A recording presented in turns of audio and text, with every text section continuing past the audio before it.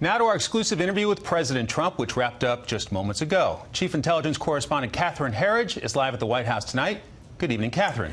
Well, thank you, Mike, and good evening. We've just finished 20 minutes sit down with President Trump. We've covered a wide variety of topics, including the Attorney General William Barr, who refused to go to the House Judiciary Committee on the basis that he would take questions from committee staff lawyers. He also addressed the issue of whether he would allow the former White House counsel Don McGahn to testify to Congress. Here's part of the interview. Well, I've had him testifying already for 30 hours. So is the answer no? And it's really, so I don't think I can let him and then tell everybody else you can't, because especially him, because he was a counsel. So they've testified for many hours, all of them. Many people. So as far as you're concerned, it's kind of done. I can't say, well, one can and the others can't. Okay, so is it done? I would say it's done. We've been through this. Nobody has ever done what I've done. I've given total transparency. It's never happened before like this. So Congress should be. Congress shouldn't be looking anymore. This is all. It's done. Even my finances, it must have been looked at for $35 million. I assume they looked at my taxes. I assume that Mueller looked at my financial statements for $35 million, and having 20 people plus 49 FBI agents and all of the staff and all of the money that was spent.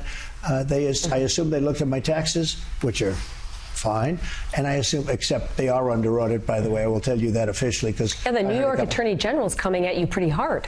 Well, she campaigned on the fact that, oh, I'm going to get Trump, I'm going to get Trump. So right there, she's precluded from doing anything. I mean, can you imagine somebody campaigning, doesn't know anything about me, and she's campaigning on that fact? So I assume that for the $35 million, they've gone through everything. My taxes, my financial statements, which are phenomenal, they've gone through everything. And I'm so clean. Think of it. After 2.5 years and all of that money spent, nothing. Very few people could have sustained that.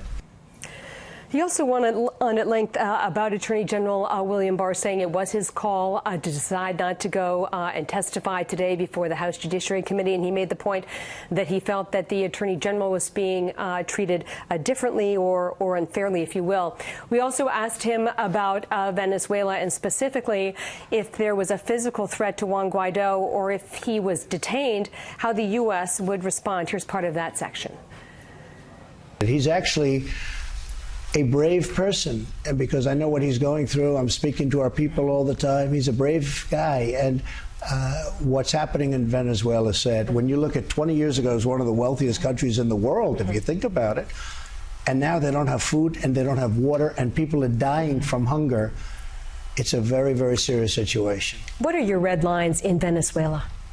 I don't want to say, but we have lots of options, and some of them are very tough options. Is there a tipping point for military intervention? There's always a tipping point, but certainly I'd rather not do that. I just want to help the people. The people are dying. They have nothing. These were people that were living well 20 years ago. Catherine, they have nothing. They don't have water and food, and they're dying of hunger right on the border. It's terrible. And we also asked the president about the 2020 race, especially given another Democrat has entered the field, Senator Bennett. And the president had some surprising answers on how he thinks the Democratic field is shaping up and who he thinks he may face about 18 months from now. You're not going to win. Is it I Joe think Biden? that Biden seems to have a lead. I'd be very happy if it were Biden. Happy Sleepy why? Joe. I think he did a bad job. I'd be running against him. So you think he's beatable? I just don't think he'd be a very good candidate. I mean, we'll see what happens. I hope, I wish him well.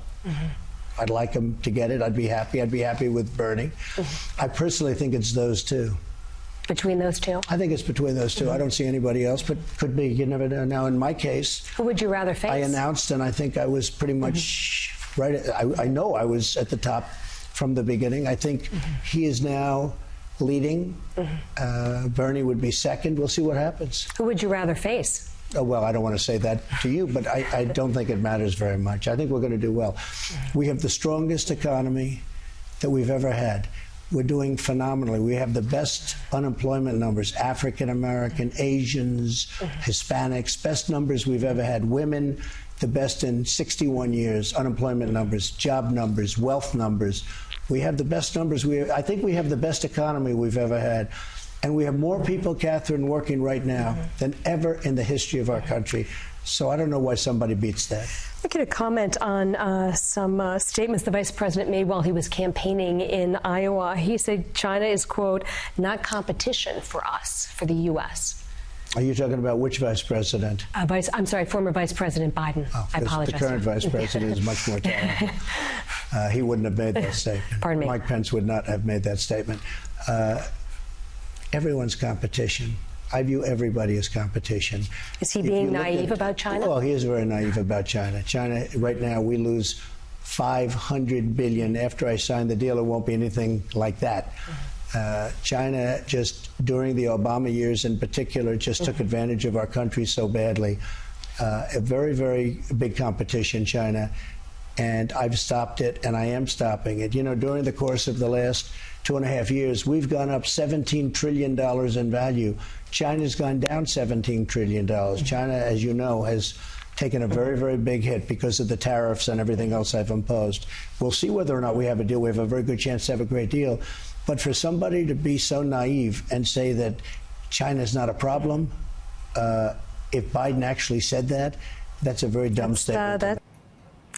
We also asked the president a series of questions about sort of the next phase of this Russia investigation, which is the genesis of the FBI's counterintelligence investigation in 2016. And he told us that he expects the declassification of these Russia records. Those are the surveillance warrant applications. He intimated weeks, maybe a couple of months, but in effect, that is coming soon. I also asked him to address an editorial in the New York Times, an opinion piece by the former FBI director, where he called the president, quote, amoral, and he claimed that had rubbed off on the attorney general and deputy attorney general.